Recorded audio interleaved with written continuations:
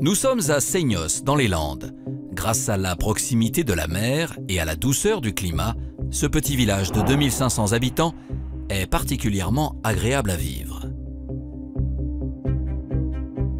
Nous sommes sur la côte landaise, dans un endroit qui est extrêmement prisé par les touristes, notamment évidemment au printemps et en été. C'est une zone extrêmement fréquentée et en général bien fréquentée. Mais le 27 janvier 2015, Céline, 29 ans, reçoit un appel inquiétant de la gendarmerie. Un passant a retrouvé le chien de son compagnon, Stéphane, errant loin de son domicile.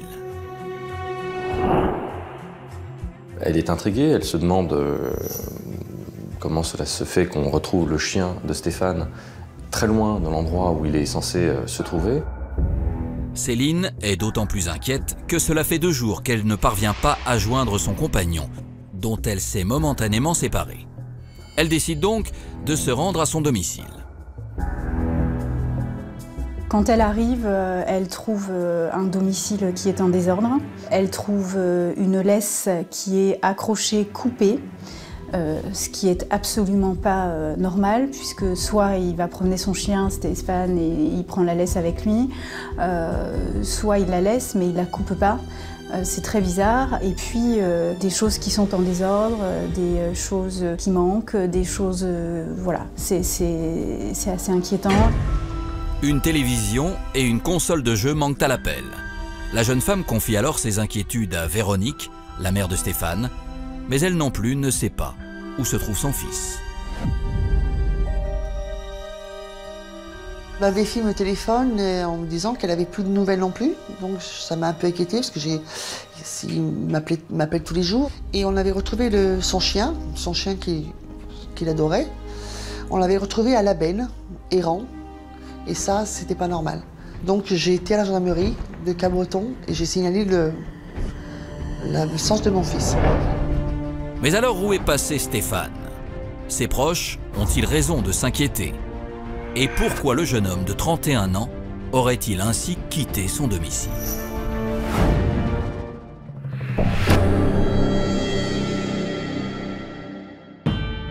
À la gendarmerie de Cap-Breton, après le signalement de la disparition de Stéphane, les enquêteurs cherchent à savoir si le jeune homme de 31 ans aurait pu partir volontairement. Ils s'intéressent donc de plus près à son profil. Stéphane, c'est une personne gentille, affectueuse, tendre, toujours à l'écoute des autres, aider aussi les autres. Avec moi, c'était très fusionnel, on était très proches, surtout après la mort de son papa. Et ça nous avait rapprochés encore plus. On s'appelait tous les jours, on se voyait presque tous les jours. C'était le soir, un petit coucou, bonne nuit maman. Originaire de Lyon, Stéphane a du mal à trouver sa voie. Épaulé par sa mère, il décide donc de tenter sa chance sur la côte landaise. C'est ici qu'en 2009, il fait la rencontre de Céline et tombe éperdument amoureux d'elle. Si bien qu'après 6 années de bonheur, le couple décide de passer à l'étape supérieure. Ils ont décidé d'avoir un enfant. Bon, j'ai mon petit-fils, que j'adore, qui est mon rayon de soleil. Et puis bon, voilà, c'était prévu plus tard qu'il se marie aussi. Il y a eu des petits moments où, dans tous les couples où ça se chamaille un petit peu. Donc il y avait une petite séparation.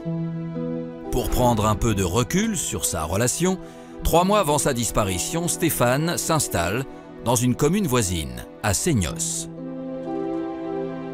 On me disait qu'il était bien, donc il habitait dans un petit chalet, ça allait bien, il se sentait bien. Donc voilà, c'était juste vraiment... Mais il voyait toujours Céline, son petit, il le voyait tous les jours. A priori, rien ne laissait présager que Stéphane s'en aille sans prévenir sa famille. Pour en savoir plus, les gendarmes décident alors de perquisitionner son domicile. Le logement de Stéphane, en fait, il s'agit c'est un chalet qui est dans une propriété, chalet qui est loué par la propriétaire de la maison. Un chalet qui fait à peu près 20-25 mètres carrés sur 2 étages.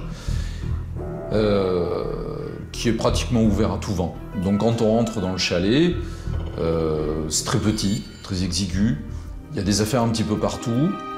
Mais aucune trace de Stéphane. Et son véhicule n'est pas non plus sur les lieux. La mère de Stéphane trouve un petit peu curieux que cette voiture ne soit pas sur place. Donc un signalement est fait au niveau du véhicule et au niveau de Stéphane. Les forces de l'ordre poursuivent ensuite leurs investigations en effectuant une enquête de voisinage. Ils interrogent donc Maude Bérangère, la voisine et logeuse du jeune homme. La logeuse nous décrit Stéphane comme quelqu'un de très fragile, qui a de l'argent mais pas trop, qui a du mal à payer son loyer. C'est quelqu'un qui vit avec son chien. Il ne fait pas de bruit, il ne travaille pas. La logeuse trouve tout à fait normal que Stéphane soit parti. Car selon elle, il était prévu que l'homme de 31 ans quitte prochainement le chalet. Mais les gendarmes sont dubitatifs, car cela ne ressemble pas au père de famille. Après 48 heures sans nouvelles de Stéphane, une information judiciaire pour disparition inquiétante est donc ouverte à la gendarmerie de Mont-de-Marsan. La gendarmerie des Landes publie un avis de disparition sur sa page Facebook. C'est une période calme dans un département très calme. Une disparition, on ne peut jamais connaître les motifs. Cela peut être un problème d'ordre privé, cela peut être quelque chose de plus inquiétant. Alors les enquêteurs parviendront-ils à retrouver Stéphane? Pourquoi le père de famille a-t-il soudainement disparu? A-t-il décidé de prendre le large? Ou la réalité est-elle tout autre?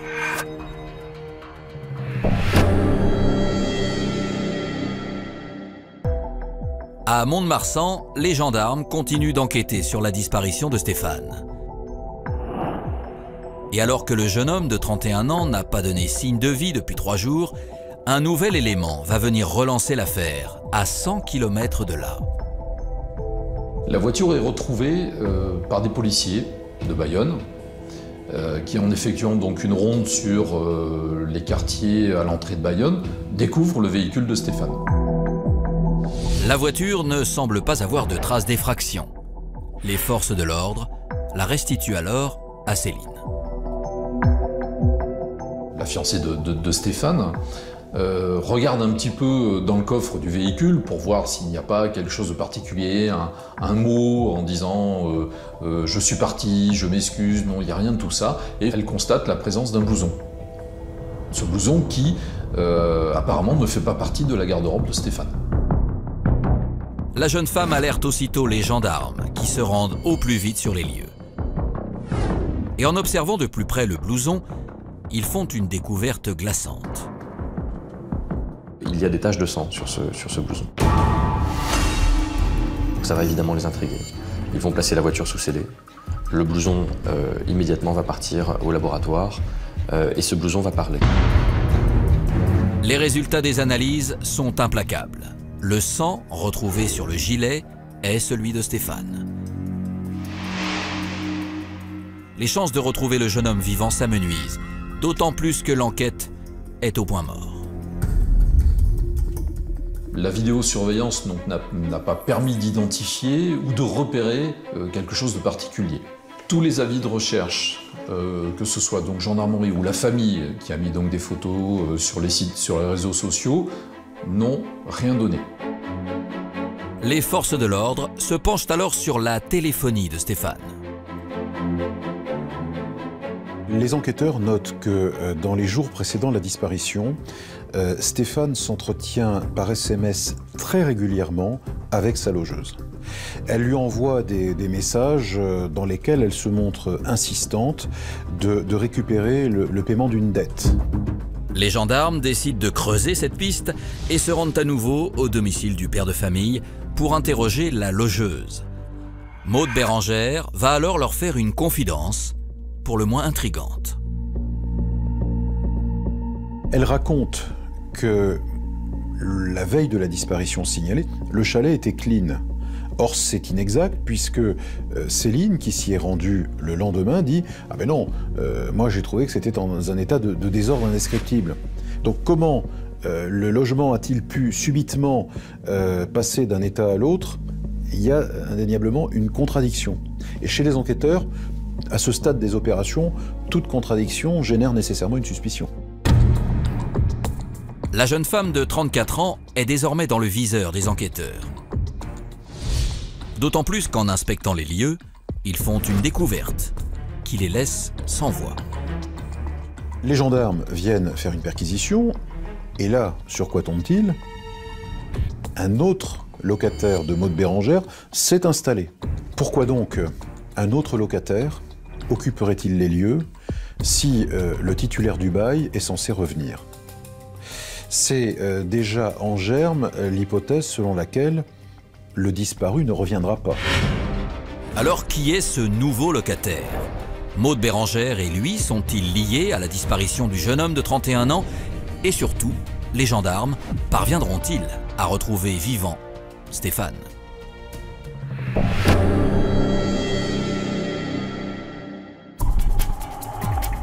À la gendarmerie de Mont-de-Marsan, les enquêteurs s'intéressent de plus près aux deux occupants de la maison de Seignos. Maud Bérengère, mais aussi le nouveau locataire, un certain Jean-Paul. Jean-Paul est quelqu'un qui a vécu donc en Guadeloupe. C'est quelqu'un qui est très proche de sa maman, qui a fait beaucoup de surf, hein, qui est vraiment dans le milieu du surf. C'est quelqu'un qui est décrit par ses amis et d'enfance et les gens qui le côtoient comme quelqu'un de très gentil, toujours à aider son prochain. Jean-Paul a vécu plusieurs années en couple et a une petite fille d'1 an. Il y a eu donc à un moment donné une séparation, mais il a toujours souhaité conserver des liens avec sa petite fille. Ils ont gardé de bons rapports avec la maman de sa fille. Suite à cette opération, l'homme de 33 ans s'installe à Seignos aux côtés de Maud Bérengère, qui lui loue une partie de sa maison. De son côté, la femme de 34 ans a un parcours de vie totalement différent. Son père est médecin, sa mère est également soignante.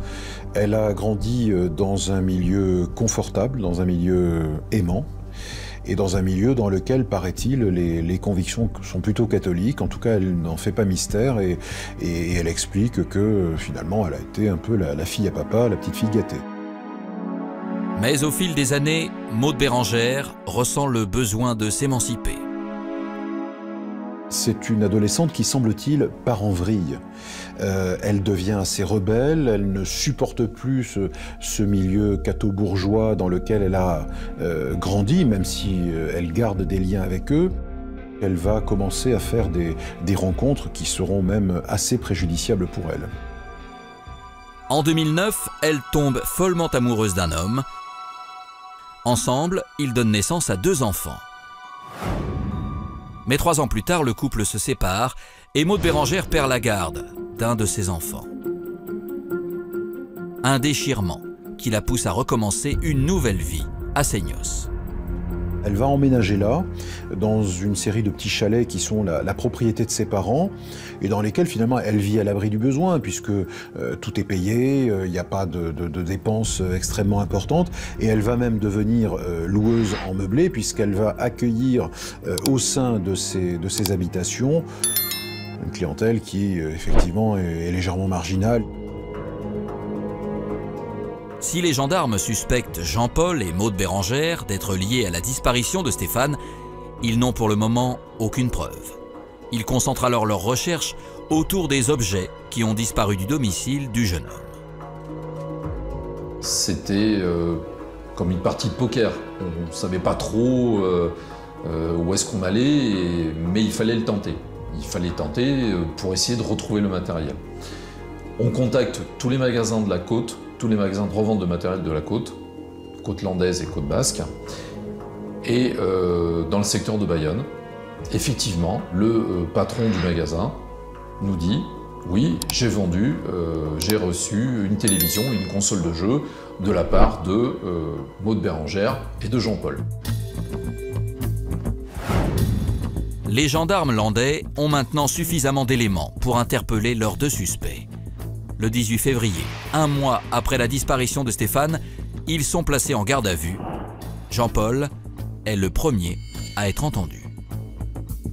La première question que nous avons posée à Jean-Paul était de savoir est-ce qu'on peut faire quelque chose pour Stéphane? Et il nous a répondu non, c'est terminé. On savait dès le départ de la garde à vue que malheureusement Stéphane avait été tué. Jean-Paul va alors leur livrer un récit glaçant de la soirée du 25 janvier. Après une soirée avec Maud Bérengère, les deux compères auraient décidé de poursuivre les festivités chez la jeune femme. Et vers 1 h du matin, Stéphane les aurait rejoints. Mais les choses auraient vite dégénéré. Il nous indique qu'assez rapidement, il va y avoir une discussion entre Maud Bérengère et Stéphane au sujet des dettes de loyer de Stéphane. Il nous indique que le ton va monter, qu'elle va commencer à le menacer, l'invectiver, et qu'à un moment, elle va demander à Jean-Paul de l'attacher sur la chaise. D'après ses dires, après s'être exécuté, Jean-Paul serait monté dans sa chambre, laissant Maud Bérengère seule avec Stéphane, ligoté dans le salon. Et il prétend que quand il est en haut, il entend un grand bruit sourd. Et que quand il descend, il assiste à une scène effroyable.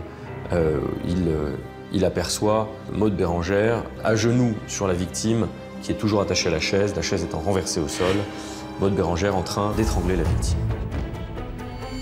Le jeune homme ne tarde pas à rendre son dernier souffle, et les deux occupants des lieux, après avoir soigneusement recouvert son cadavre d'une couverture, partent se coucher.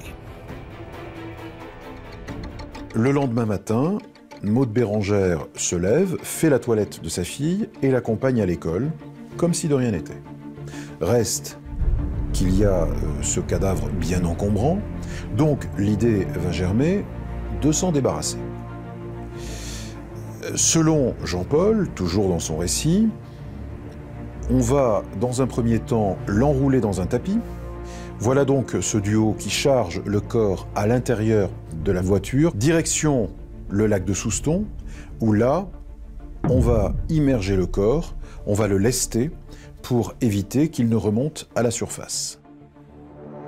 Jean-Paul raconte alors qu'ils ont ensuite abandonné le chien de Stéphane avant d'aller revendre ses objets personnels pour se faire un peu d'argent. Un périple macabre qui laisse sans voix les enquêteurs. Alors comment réagira Maud Bérengère face à ces accusations? La jeune femme livrera-t-elle la même version des faits que son acolyte? Et le corps de Stéphane sera-t-il retrouvé?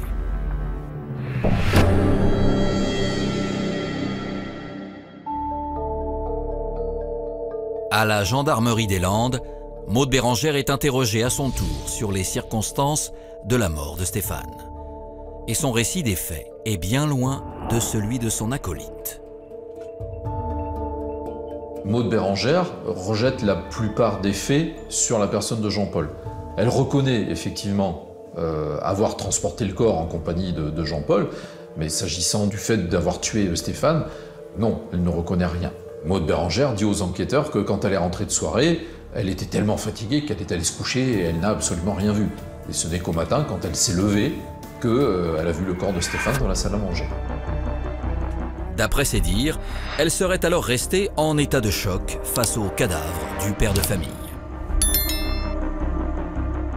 Elle explique qu'elle demande quelques précisions à Jean-Paul sur ce qui a pu se passer. Lui serait évasif.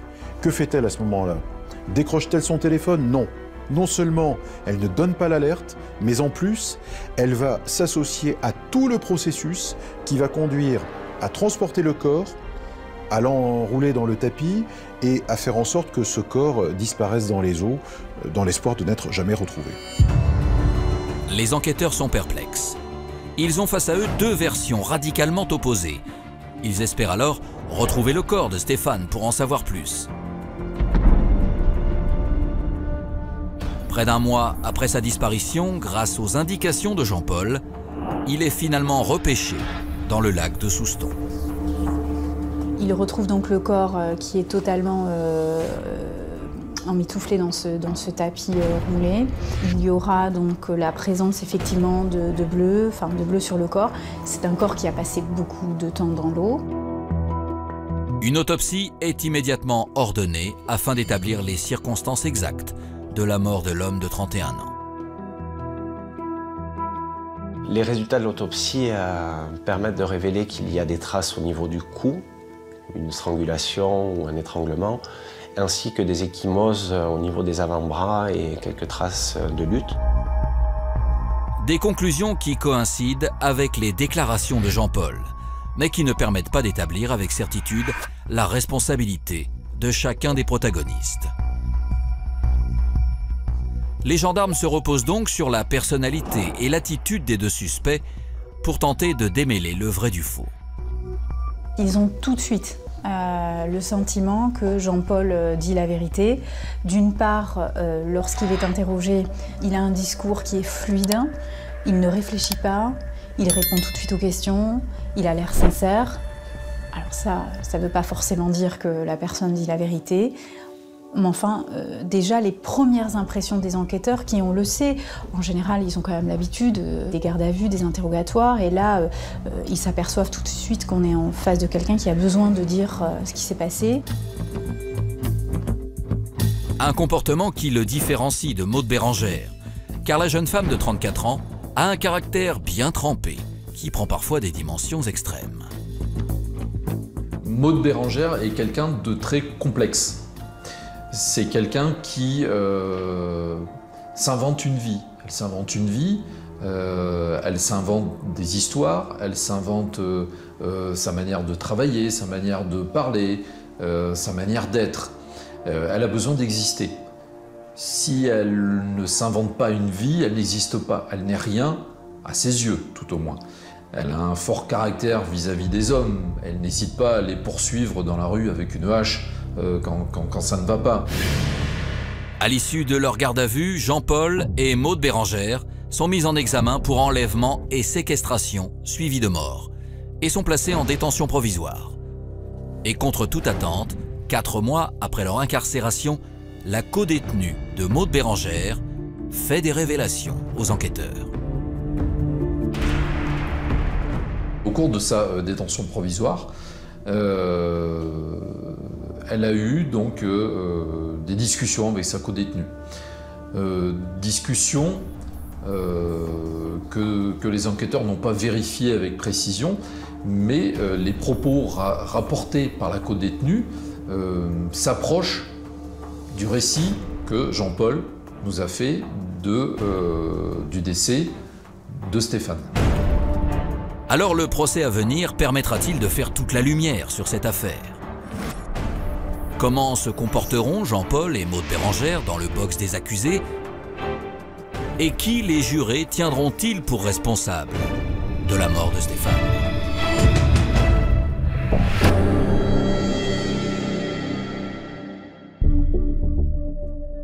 Le 19 septembre 2017, le procès de Maude Bérengère et de Jean-Paul s'ouvre devant la cour d'assises de Mont-de-Marsan. À l'ouverture des débats, la tension est palpable. L'ambiance est lourde, pesante, parce qu'on a deux versions différentes et que c'est difficile pour la famille de la victime de ne pas savoir ce qui s'est passé. Pour Véronique, la mère de Stéphane, cette audience représente une épreuve particulièrement difficile. Et le comportement de Maude Bérengère n'arrange pas les choses. De me regarder d'un air un peu, vous savez, un petit air souriant, dire que ces cheveux-là, de toute façon, je vais sortir, vous voyez, des gens comme ça. Et ce qui m'a plus fait mal, c'est quand ils ont montré les photos de mon fils qui ressortait, quand ils l'ont ressorti de l'eau et tout ça, elle a regardé ça avec de la joie. Dans le box, les deux accusés adoptent des attitudes radicalement opposées. Maude Bérengère fait du Maude Bérengère. Elle a une idée sur tout, elle conteste tout, Elle a besoin d'exister. Elle revient sur les dépositions des parties civiles, elle revient sur les constatations des enquêteurs, mais avec je dirais une sorte de virulence. C'est toujours dans l'attaque. Elle ne change pas son discours. Elle est dans son monde et elle a besoin de se donner en spectacle aussi pendant la session d'assises. À l'inverse, Jean-Paul, lui, est tête baissée. Il ne prend la parole que quand on l'interroge, et il maintient sa version. Plusieurs témoins défilent à la barre, et si la personnalité de Maude Bérengère est au centre des débats, les deux acolytes campent sur leur position et continuent de se renvoyer la balle. Au terme de 4 jours de procès, le verdict est enfin connu. Jean-Paul prendra 10 ans, il était requis 15 ans. Une peine moins importante que celle qui était requise. Et Maude Bérengère prendra 22 ans. Donc on a 10 ans et 22 ans, ce qui est des peines, je dirais, qui n'ont rien à voir. Pour les jurés, c'est donc Maude Bérengère qui a donné la mort à Stéphane. Mais pour les parties civiles, le procès a un goût amer. Elle ressort, elle recommencera. C'est une personne qui aime la mort, et qui n'a aucun regret, qui fait ça avec presque avec de la joie, on va dire. D'avoir attendu mon fils, je pense que ça a été une joie monstre pour elle. Aujourd'hui, à Seignos, personne n'a oublié Stéphane, ce jeune homme à qui la vie souriait et dont le meurtre gratuit a bouleversé la région. Quant à la peine ressentie par la mère de la victime, suite à la perte de son cher et tendre fils, elle est incommensurable. Ce qui me manque aujourd'hui, c'est de lui parler et je lui dis de prendre dans mes bras et puis fêter Noël ensemble, les anniversaires, tout ça.